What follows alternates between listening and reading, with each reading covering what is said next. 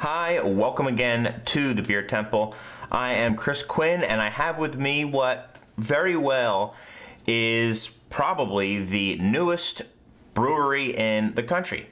I have the Ninja vs. Unicorn Double IPA from Pipeworks Brewing. This beer was released yesterday. This is the brewery's first beer ever released, so very excited about that. I'll get into that in a moment, but before that I just wanted to go over a few things.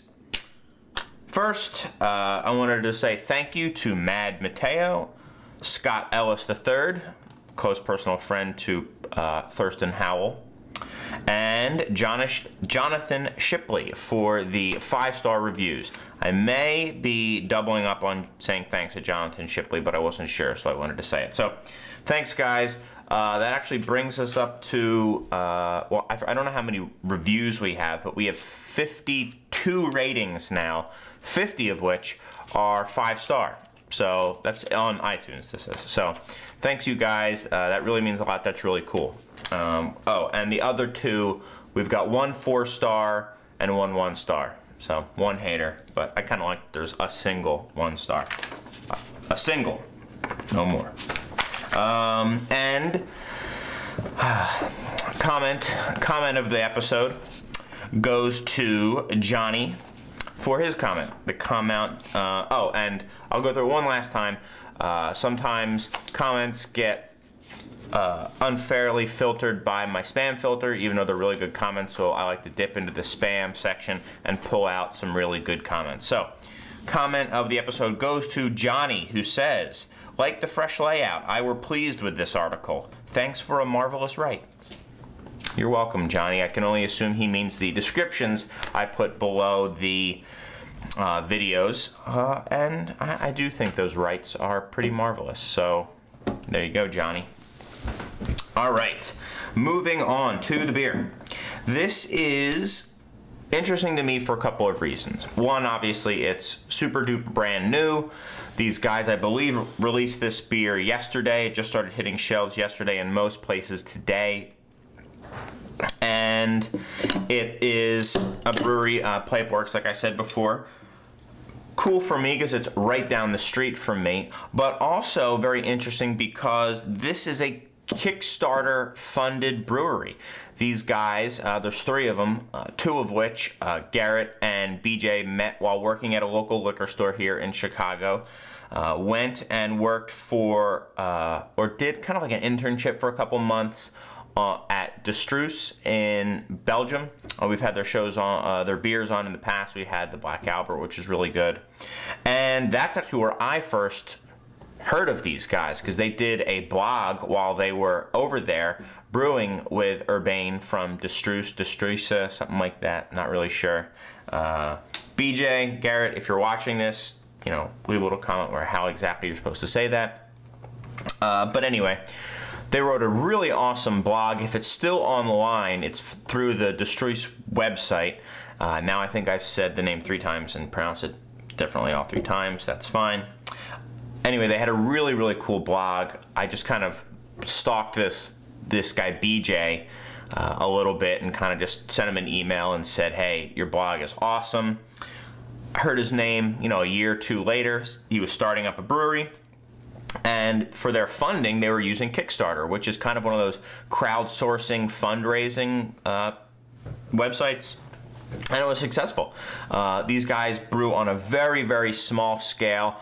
I'll see if I can maybe throw in some images from their Facebook page or something like that on this episode. So you can see it's really a tiny little operation. It's not really technically even a microbrewery. They're calling it a nano-brewery. They're so small that they're actually self-distributing. So they load up their beer in, like, I think it's like a Honda hatchback or something, and drive it around the beer stores. So obviously they have a very small distribution geography just right here in Chicago, and they will have a tap house at the brewery eventually. I think in the summer is what they're hoping for.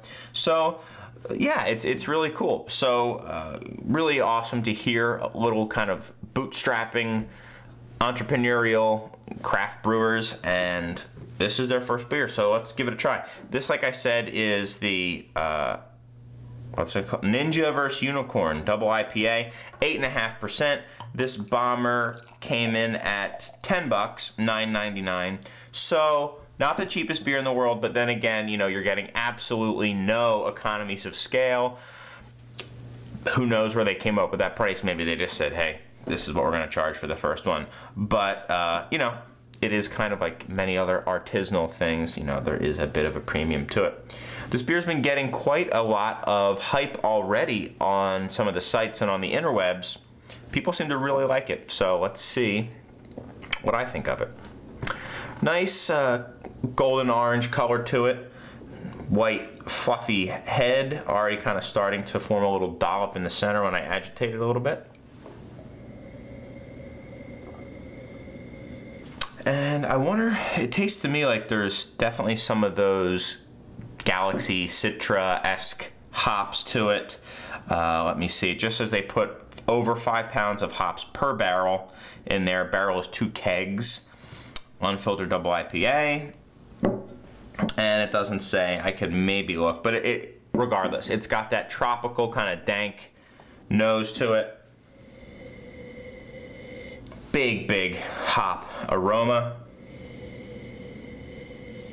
And yeah, I'm almost getting more of that kind of vegetal. It almost like reminds me of like a hot steamy, that's not what I was gonna say, a hot steamy rainforest.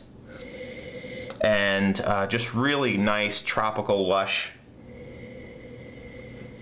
not quite pineapple, but more of like those passion fruit and mango flavors. Smells lovely. Really getting nothing else but those big tropical and dank aromas. Not a lot of you know, pine or anything else like that.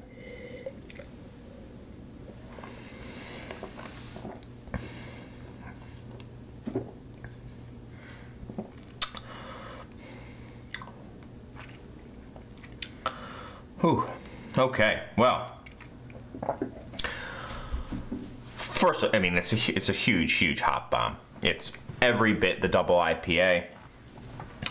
Pretty much, it's not as big as some of the other Midwestern Double IPAs, like nowhere near the Hop Slam or the Dreadnought or the Arctic Panzerwolf from Three Floyd, some of those big double-digit alcohol percentage Double IPAs. But that's not bad. You know, it's kind of nice to be able to have a little bit of a thinner bodied Double IPA out there. You know, I consider that to be a little bit more West Coast style, which I like.